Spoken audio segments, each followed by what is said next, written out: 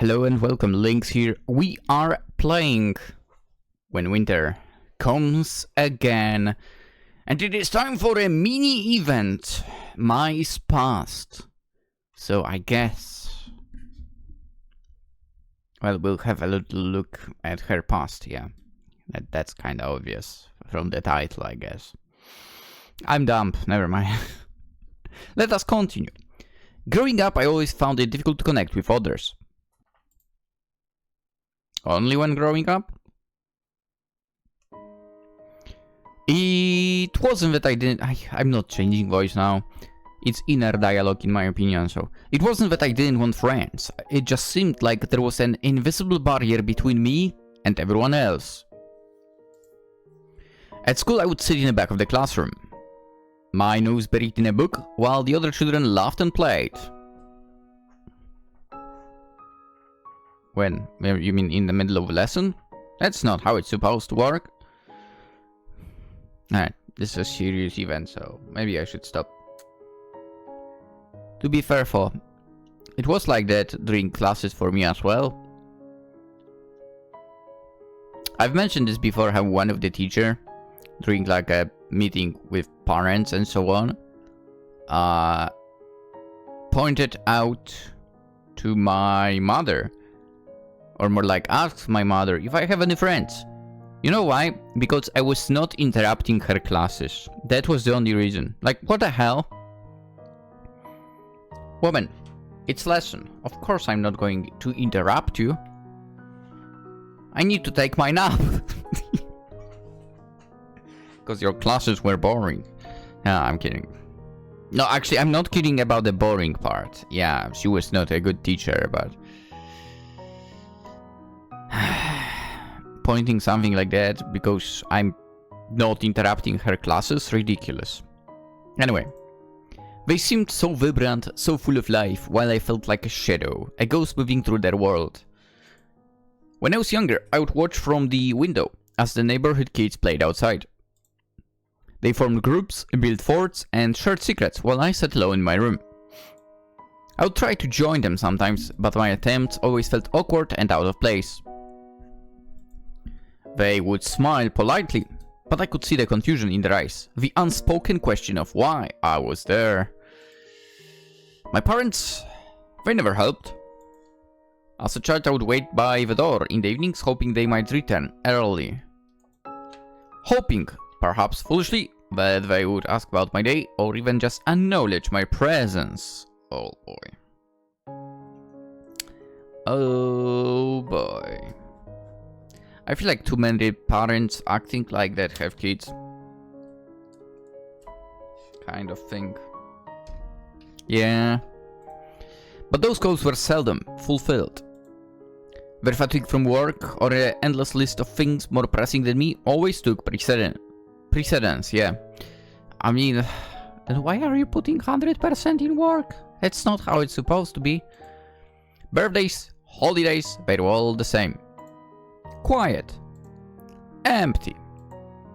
There were no big celebrations, no shared laughter, just silence. I stopped asking for their attention after a while. Stopped hoping they'd change. I learned to live with that silence. To sit with it. To grow accustomed to the void left by parents who never truly saw me. And somewhere along the way, I stopped believing that they ever would. Huh.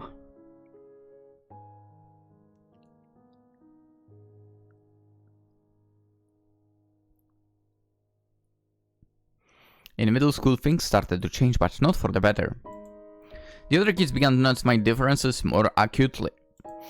They would whisper behind my back, their words cutting deeper than any physical wound. Weird, they would say. Aloof.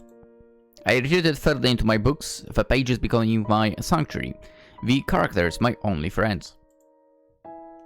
Huh. Well, so it is basically way different compared to our other protagonist here, huh? One of them lost parents. the other is basically neglected by parents. Which in a way is kind of like losing parents, I would say, maybe. Like they are there physically, but you know, it doesn't feel like it. High school was a bit of a fresh start. The students were older, more focused on their own lives, their own problems. The whispers became less frequent, and I found a kind of peace in the anonymity. Still, I couldn't shake the feeling of being different, of being alone. Well. Meeting Kuno-san had been unexpected. He had a way of breaking through the barriers I had built around myself, of bringing color to my world of grey. At first he was just another student, another face in the crowd. But as we started talking, I realized there was something different about him. He didn't look at me with confusion or judgment. He looked at me as if he truly saw me, as if he understood. The memories of my past still lingered, but they felt less heavy now, less burdensome. Maybe, just maybe, I was finding my place in the world. And maybe with Kuno-san by my side, the future held a little more color. But deep down, I know one thing. Love isn't real. Yes, it is.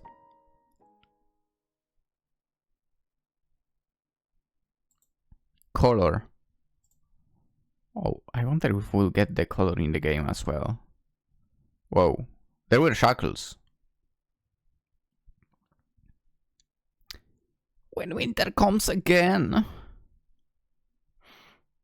I'm not sure why did we get the title here. January 24th, another mini chapter.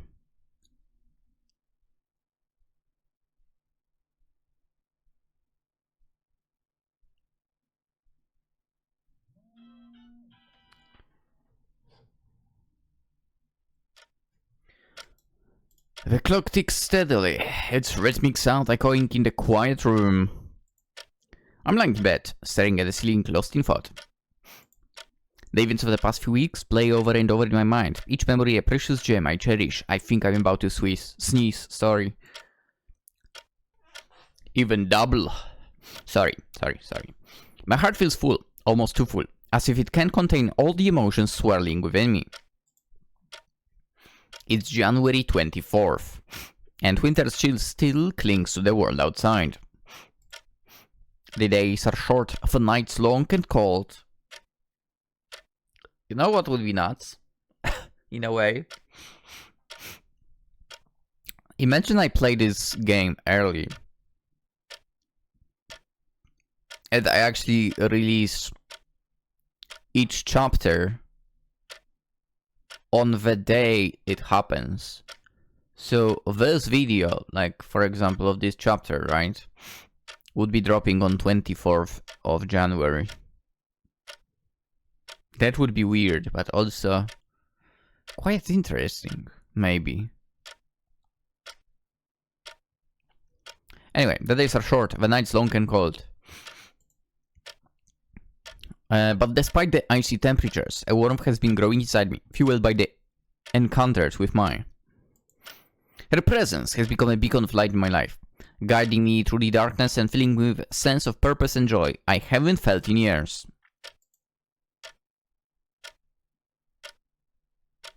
I turn my head up to look at the clock on the wall. It's late, but sleep eludes me. Instead, my mind is consumed by thoughts of Mai. Her gentle smile, the way her eyes light up when she talks about something she's passionate about. The softness of her voice when she speaks my name. Every moment we've shared feels like a precious gift, and I can't help but replay them in my mind over and over again.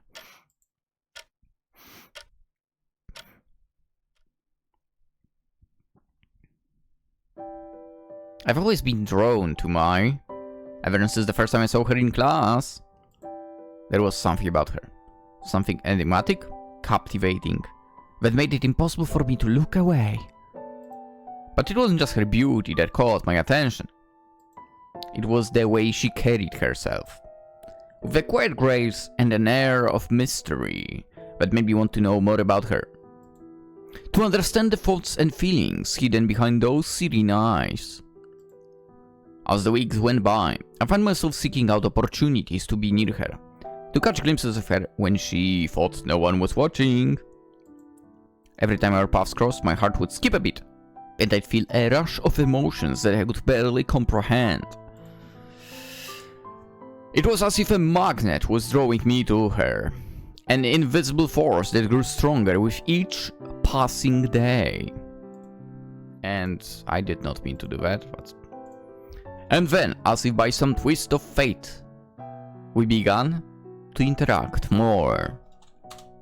It started with small conversations, brief exchanges of words that left me wanting more. But gradually, those moments grew longer, more meaningful. We shared our thoughts, our dreams, our fears. We found solace in each other's company, a sense of understanding that transcended the words.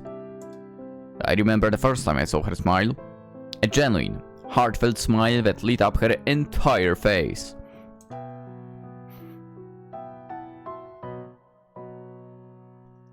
It was a cold day, much like today, and we were sitting together in the library, hidden away in that secret corner she loves so much.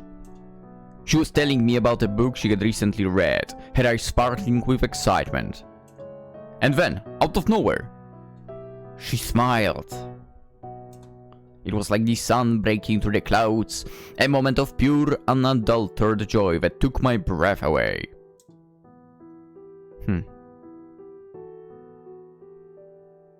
Dude, that was asking for a CG so much. Since that day, my feelings for Mai have only grown stronger. Ooh, you are in that. Ooh, man. You are gonna keep falling and falling more and more for her, man.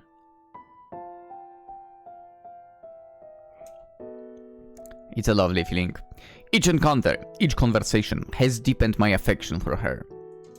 She's become the most important person in my life, the one who makes my heart race and my soul sing. Her presence brings a sense of calm and happiness that I never knew I could feel. But with these feelings comes a growing sense of urgency. I can't keep my emotions bottled up inside any longer. They threaten to overflow, to spill out in ways I can't control. I need to tell her how I feel, to let her know the depth of my affection and the impact she has had on my life. Yeah, it is like that.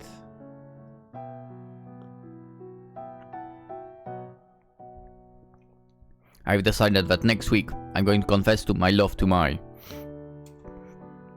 The thought fills me with mixture of excitement and anxiety. I've rehearsed the words in my mind countless times, imagining how the conversation might go. Will she be surprised? Will she feel the same way? Or will she gently let me down, telling me that she values our friendship but doesn't share my romantic feelings? The uncertainty is terrifying, but I know that I can't go on like this. Yeah. Keeping my feelings a secret is becoming too painful, too overwhelming. I take the risk to lay my heart bare and hope for the best. Even if she doesn't feel the same way, at least I will have the satisfaction of knowing that I was honest with her, that I had the courage to speak my truth. I think about the way she makes me feel, how she brings out the best in me, how she makes me want to be a better person. With her, I feel like I can do anything. Be anything. She gives me strength and courage, a sense of purpose that I've been searching for my entire life. Her presence is like a balm to my soul, soothing and uplifting in ways I never thought possible. As I lie in the darkness, I think about all the moments we've shared. The way her eyes... The way her eyes sparkled with excitement when she talked about her favorite books, the way she would tilt her head slightly when she was deep in thought. Each memory is a treasure, a reminder of why I care about her so much. I remember the time we spent together on the rooftop, talking about our dreams and fears. The way she looked at me, her eyes filled with a mixture of curiosity and depth. It was a moment of connection, a glimpse into her soul that left me feeling both vulnerable and elated. In that moment, I knew that I wanted to be the one who made her smile, who brought joy and happiness into her life. And then there is the memory of the library, that secret corner where we would sit and talk for hours. The way she would get lost in her thoughts, her fingers gently tracing the edges of the pages as she spoke. It was in those moments that I felt closest to her, as if we're the only two people in the world. I can't help but wonder what the future holds for us. The uncertainty is daunting, but I know that I have to take the chance. I have to tell her how I feel, no matter the outcome. As I prepare for bed, my mind is filled with thoughts of Mai. Her smile, her laughter, the way she makes me feel alive and whole. I know that today is just the beginning, a prelude to the moment when I finally speak my heart. Whew. That will be... Oh boy. The stars feel so far away tonight. I look at them, scattered across the sky, but they don't seem I belong to me anymore. They never did really. I wonder if I were to reach out, would I fade like they do before dawn? It's strange, isn't it? How you can be surrounded by so many things and yet feel like nothing is yours, not even your own reflection. The stars don't answer when I call them. They never do. Maybe they already know what I decided. Good night, Mai! For the very first time, with that screen that disappears, I've managed to read the entire thing in one go. Woo! January 27th. XXXXXX. And more X's. Ooh. January 30th. February 5th. Oh, a typo. In February. Here as well. R should be before you. Yikes.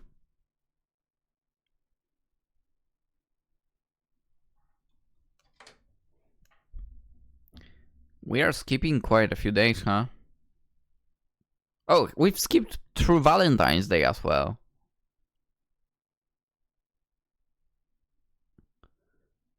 You'd expect something to happen maybe then. March 1st, Chapter 6. No title of it, huh?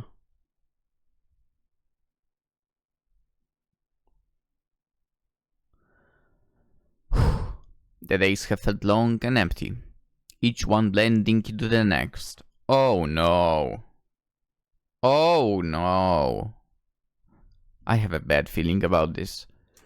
It's been 2 months since Mike had stopped coming to school. Why? What happened? Every morning I find myself glancing at the empty desk where she used to sit, hoping against hope that she'll walk through the door. Her usual calm and serene presence bringing a sense of normalcy back to my world. But every day my hope dwindles a little more, replaced by a deep aging sadness. The wave of her absence feels heavier than ever. When Mai first disappeared, no one paid much attention. It was easy to assume she'd just taken a few days off. But as the days stretched into weeks, my classmates began to wonder. And by the time a month had passed, the murmurs grew louder, people questioning where she could possibly be. Her parents spoke up, eventually mentioning that one day in late January she never came home after school. Yet they seemed indifferent, saying she was probably fine, wherever she was. Dude, talk about shitty parents. But I can't shake this heavy feeling in my chest. Something tells me it's not that simple. There has to be more, something darker beneath the surface. Oh no. Dude. Time to search. I don't know how we would search, but hey. Maybe she would be in the places we know. Library. When the bell finally rings, signaling the end of the class, I gather my things slowly. Before I left, I glanced at the empty desk where Mai once sat in, heaving a sigh. Did he not confess because of that as well? Mai. I make my way home, my steps slow and wary. The winter chill still lingers in the air, but the days are starting to grow longer. A promise of spring just around the corner. Yet even the thought... I'm sorry, I might have screamed now.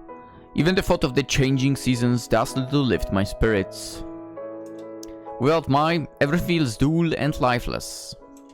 And cold winter air isn't making it any better.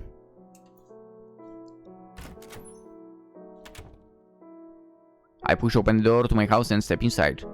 Greeted by the warm, familiar scent of home. Ah, the cat I adopted back in Jerry comes bounding over, meowing in greeting. The cat has been a small comfort during these lonely weeks, its playful antics and affectionate nature bringing a semblance of joy to my days. Hey, I murmur, bending down to scratch behind its ears. How was your day? It purrs in response, but there is an urgency in its movements today, as if it's trying to tell me something. It darts toward the door, then looks back at me, its eyes wide and insistent. What is it? I ask, puzzled. Oh! Could it be that the cat recognized the girl? Somewhere there? Do you want to go outside? There was something about cats, like going to her and so on, right? The cat meows again, this time more insistently. I feel a strange sense of anticipation building inside of me. It's as if it knows something I don't, as if it's trying to lead me somewhere. Alright, alright. I grab my coat and slip it on. Let's go see what you found. Or more like what you sense. I follow the cat out the door, and it leads me through the town with a surprising sense of purpose. We pass familiar streets and landmarks. The quiet houses and empty parks bathed in the soft fading light of late afternoon. My heart begins to race, a mix of hope and fear swirling inside of me. Could the cat somehow know where Mai is? Maybe. I also wonder if she knows that you have that cat, but... Yeah, the journey feels like it takes forever, but finally the cat leads me to the field. The same field from that fateful day in December, when Mai and I first truly connected. The memories of that day float back, bittersweet and poignant. However, a lone figure could be seen in the distance. The cat and I, take a couple steps forward, hoping to see the figure more clearer. And there, standing in the middle of the field, was Mai.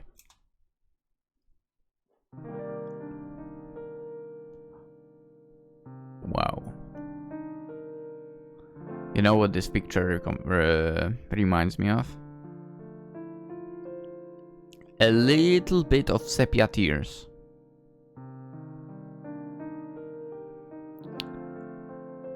And I think it's because of that bow in the hair. Yeah, I think that must be the reason. Or more like a ribbon, not a bow. But, well, yeah. She looks almost ethereal, her figure bathed in the soft glow of the setting sun. But something is different about her. She seems cold, emotionless, her usual warmth replaced by an unsettling stillness. As I approach, she doesn't seem surprised to see me. I knew you would come and find me here. Her eyes distant, her face emotionless. Mai. I breathe, my voice trembling with a mix of relief and confusion. You're here. She nods, her eyes distant. I already told you. Cats seem to know wherever I go. I was correct about that part.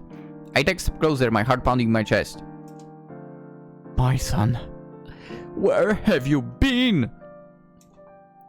Why did you stop coming to school? She looks away, her expression unreadable.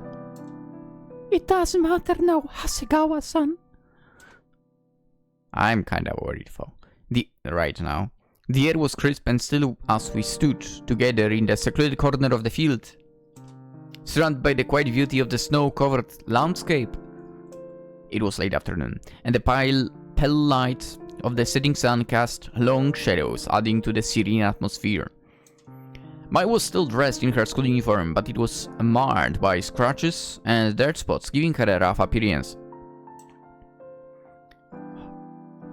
You shouldn't have come here, Hasegawa-san. God, why here of all the places?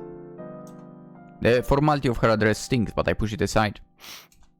Now, seeing Mai again, I can't hold back anymore.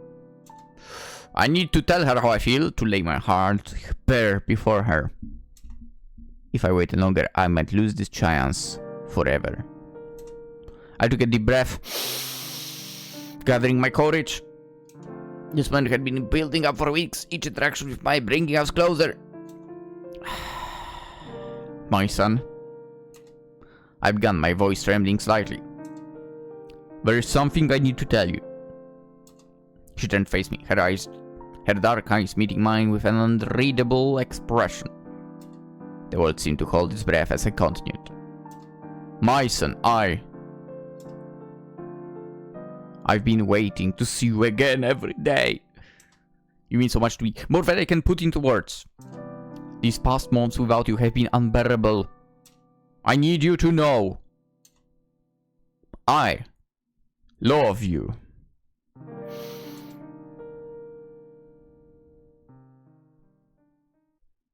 For a moment, there was only silence. My expression remained blank, her face almost shockingly devoid of emotion. Then, to my horror, she said, "What? Oi, oi, oi, oi, oi, oi, oi, oi, oi. What?" I noticed a red trickle begin to seep from the corner of her eye, slowly making its way down her pale cheeks. Blood? What? I freeze, utterly horrified and confused. The sight is surreal, almost nightmarish. The tears of blood trickled down her cheeks, dripping to the snow at her feet. In a world of black and white, the vivid red was startling, a shocking contrast against the monochrome background. Black and white? Monochrome? My son? I whispered, my voice filled with concern and confusion.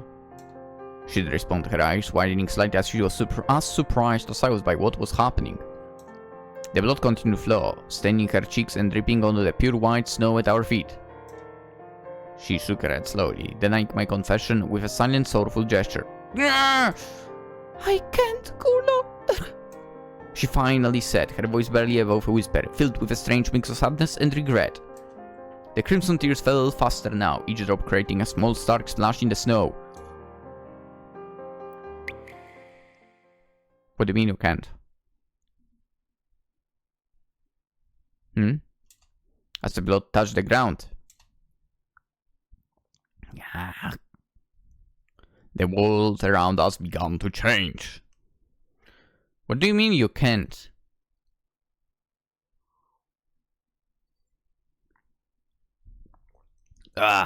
We've got color. Color starts to seep into the surroundings, spreading from the spots where the blood has touched the snow. Dang, that's a nice place.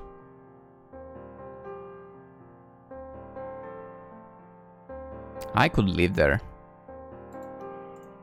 The white landscape slowly transforms, hues of green, blue and gold creeping into the grass, the trees, the sky. The snow, once a pristine white, started to shimmer with hues of blue and pink. The trees, previously bare and black, were suddenly adorned with brown dark. The sky above shifted from a dull grey to a pearly blue, dotted with soft, fluffy clouds. Colors I hadn't seen long emerged, painting the landscape in vivid, breathtaking detail. I looked around, utterly shocked, my mind struggling to comprehend the sudden burst of color. Mai, what's happening? I asked, my voice shaking. But she only shook her head again, her expression a mixture of pain and resignation. Her now brown hair fluttering in the cool wind along with her signature red ribbon. Her soft hazel eyes avoided mine. I can't. She repeated, stepping back as the colors continued to spread, transforming our world into something unrecognizable yet beautiful. I reached out, wanted to comfort her, to understand, but she turned away, the blood still dripping from her eyes, leaving a trail of red in the now colorful snow. The realization hit me like a tidal wave.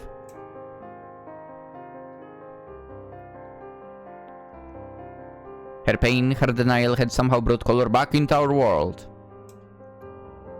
Huh? But at what cost? Her voice trembles, and I can see the anguish in her eyes. I've been alone for so long, Kuno. She says, her gaze fixed on the vibrant landscape.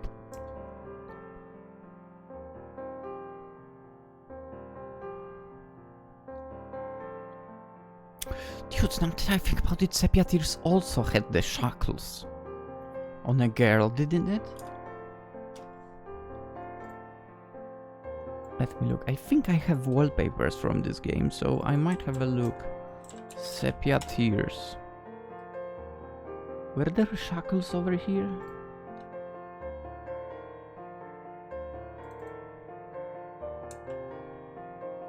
I believe there were... Wait a second.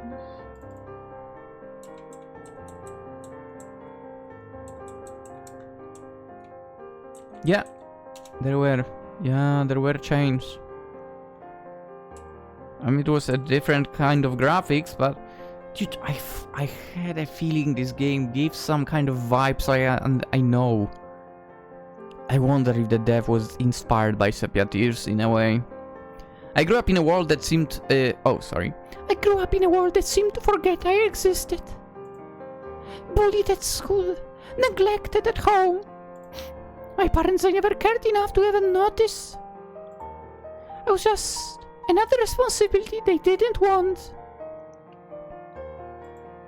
At school it wasn't any different. I was always the outcast, the easy target. They made sure I knew that I didn't belong. And eventually, I believed them. So I built walls. High, impenetrable walls around myself. It was easier to hide behind them. Safer to shut everyone out. I told myself that love wasn't real. That it was nothing more than a comforting lie people fed themselves to forget the loneliness. I convinced myself that feeling nothing was better than feeling the pain of being unwanted, unloved. Huh?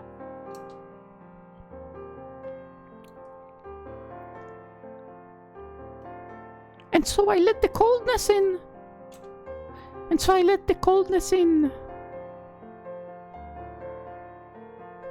Her words cut through me like a knife. But raw pain and vulnerability in her voice making my heart ache. But you don't have to be alone anymore. You have me. I love you, and I want to be there for you, to show you that love is real. For a moment she just stands there, her expression unreadable. Then slowly she steps closer, her eyes searching mine. She shakes her head again, more tears, more blood falling from her eyes. I don't know if I can believe that. There is something wrong with me, Kuno. How can you love someone like me? I step forward, closing the distance between us, my hands trembling. Because I've seen you, Mai. The real you. The girl who loves books, who finds peace in quiet places, who has a heart that's been hurt but is still so strong. I love you, because you are you. Her expression softens slightly, the blood, tears still flowing, but her eyes showing a glimmer of something. Hope, maybe? Mai, you are not alone anymore. I say, my voice firm despite the lump in my throat. You have me. I care about you more than anything. You don't have to face this alone. She looks at me, her eyes wide and vulnerable. But how can I believe in something that has only ever brought me pain? Because love isn't just about the good times. It's about standing by each other through the pain too. I say, taking a step closer. It's about being there for each other, no matter what. And I want to be there for you, Mai. I want to help you heal. For a moment, she looks like she's going to argue. But then her shoulders slump, and she closes her eyes. I want to believe you, Kuno, but it's so hard. I move closer until I'm standing right in front of her. I take another step closer.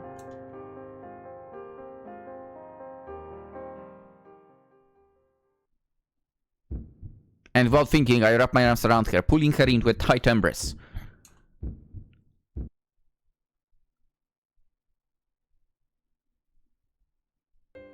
For a moment, she stiffens, but then she relaxes in my arms, her head resting against my chest. Kuno! It's okay, Mai. You don't have to be afraid. I'm here. I am not going anywhere. It's okay to be scared. I whisper in my voice filled with emotion. You don't have to face it all alone. I'm here, Mai. I'll always be here. She takes a shuddering breath, her arms slowly coming up to wrap around me in return. Kuno, She tenses for a moment. Then, as if a dam has broken, she collapses against me, her sobs wrecking her body.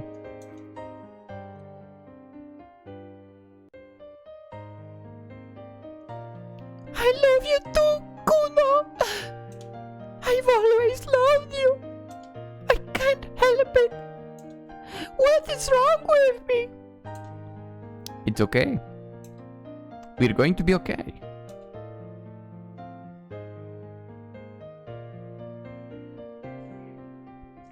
As we stand there, the world around us seems to glow even brighter. With color, the sky slowly turning into a soft blue. A testament to the power of our emotions. The snow, once white and lifeless, now sparkles with hues of blue and pink, reflecting the beauty of our newfound bond.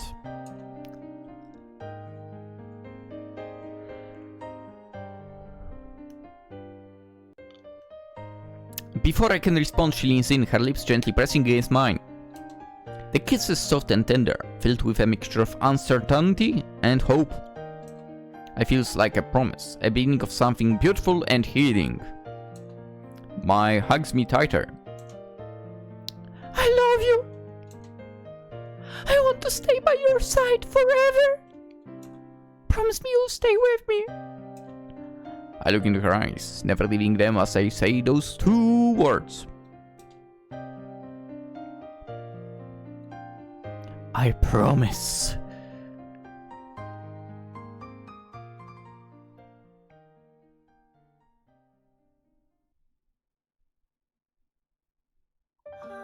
I was always afraid and lonely.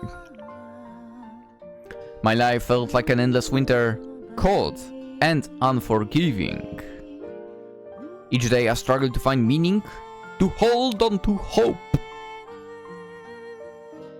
But then Kuno came into my life.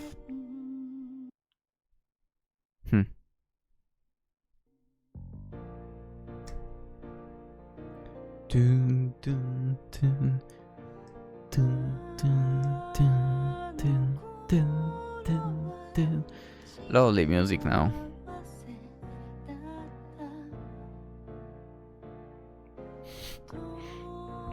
Developed Nemesis, director Nemesis, story Nemesis, character art. Let me guess. Oh, it's not Nemesis. There is Nemesis too.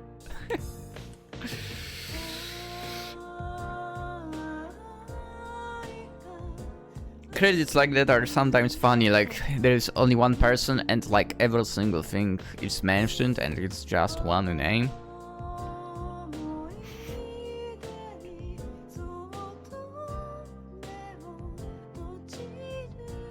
I like this song.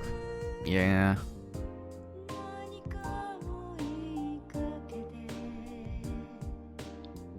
What a story for. Loved it. I mean, it was short. To be quite frank, I could have done in one. I could have done this in one sitting. But well, I guess we have 3 episodes. Lovely game. Lovely game.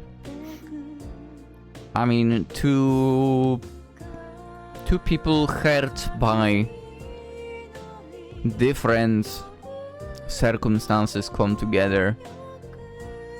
I don't know, man. There is always something about stories like that that just gets me. Yeah. Even if it's just one party that's hurting, I'm really into stories like this. We have the epilogue for still. The town rests quietly beneath a canopy of overcast skies. Winter is slowly retreating, for the chill still lingers in the air, and patches of snow stubbornly cling to the ground. The streets are peaceful, void of the usual rush, with only a handful of pedestrians, wrapped in heavy coats, making their way through the cold afternoon.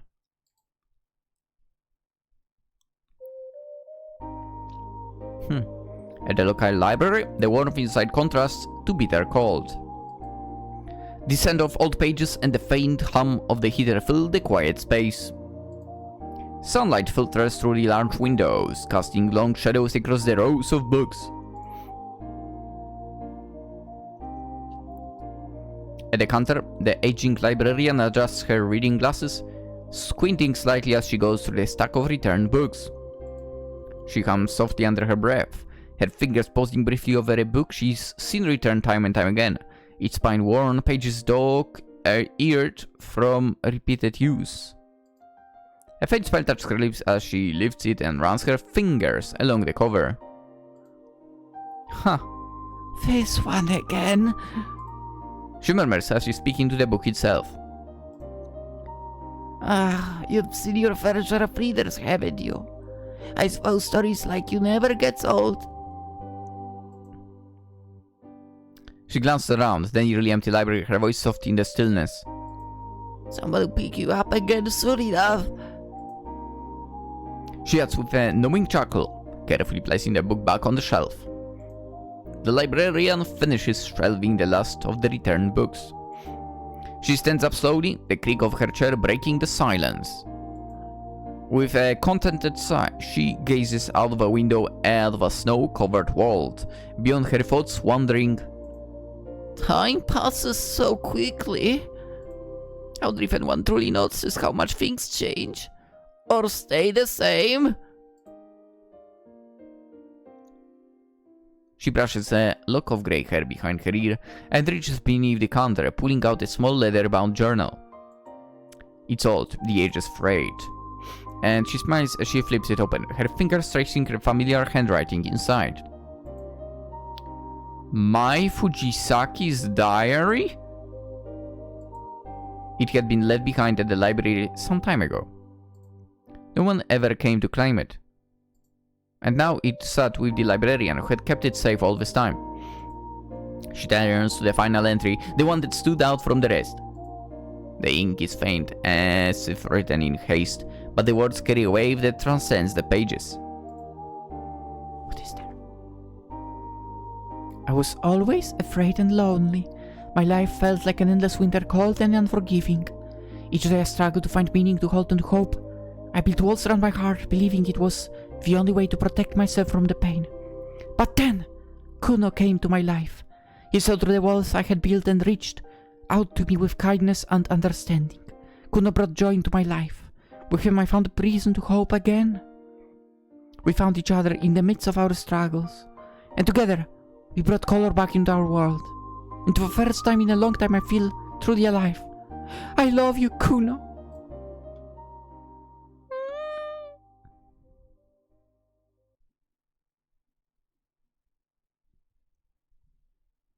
Finn.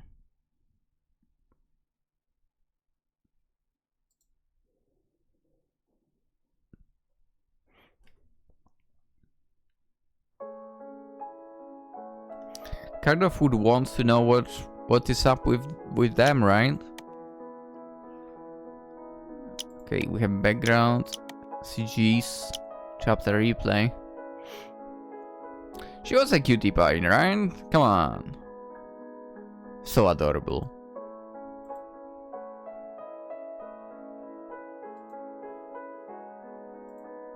But blood, that was unexpected.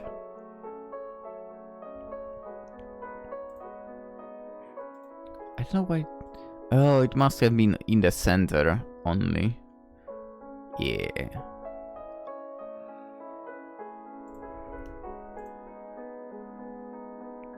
Great story. What a great story. Nemesis, you need to release more games. I demand more games. Ah. Wow. Short, but definitely lovely. Short, but definitely lovely. Once again, two people that have been through some tough times. Once again, one of them losing parents, the other being neglected by parents, basically. And, you know, they managed to find themselves. Lovely situation. Absolutely love this situation. And we might have not seen really what went on after their confessions, their promises. But, well, I think deep down we can all believe that the two will be happy together. Yeah, that's my hope. Yeah, that was lovely. I mean, to be honest, I can just, like, literally summary this story as simply lovely. There is nothing more that needs to be added. Yeah. And I think I will not add anything more. Yeah. Simply lovely. Link to the game in the description as always. The game is free. But even if you don't download it, because, I don't know, maybe you watched the entire thing with me, go and give it a rating as well. It already has like 5 stars from me.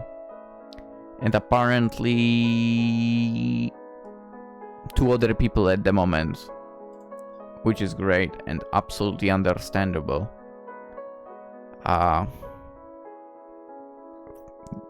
love stories like that. I really do. Yeah. Alright. As I said, simply lovely. And I will not be adding anymore. Actually, I will only add lovely CGs, lovely characters, lovely music. Everything is simply lovely. Yes. That's my review. Simply lovely.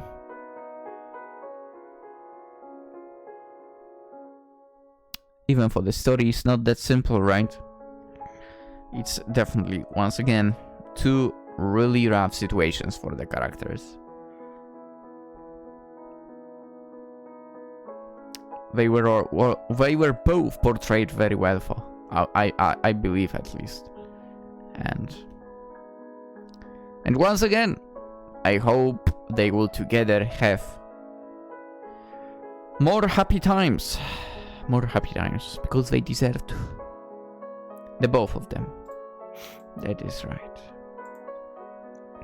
Both Kuno and Mai. They both deserve some happiness. A lot of it. With that being said, I guess it's time to end the video and our journey through when winter comes again. If you stayed this long, you know, as per usual, consider liking the video and subscribing and so on. I might say it not very enthusiastically, because I don't really like repeating this stuff, but, well, kind of have to. But, well, if you do this stuff, It's always very much appreciated by yours truly here. And that's about it. That's end for today. If you have someone you want to confess to, go and do it, by the way. Go and do it. It's as Kuno said. That feeling of loving someone, it should be basically overwhelming for you by now, okay? It should want you in a way to explode. Go and confess. Even if you are going to be rejected, trust me, it's better to confess. Just, if you are rejected, be acceptable of it. Don't be angry or anything like that, because that's ridiculous behavior. But confess.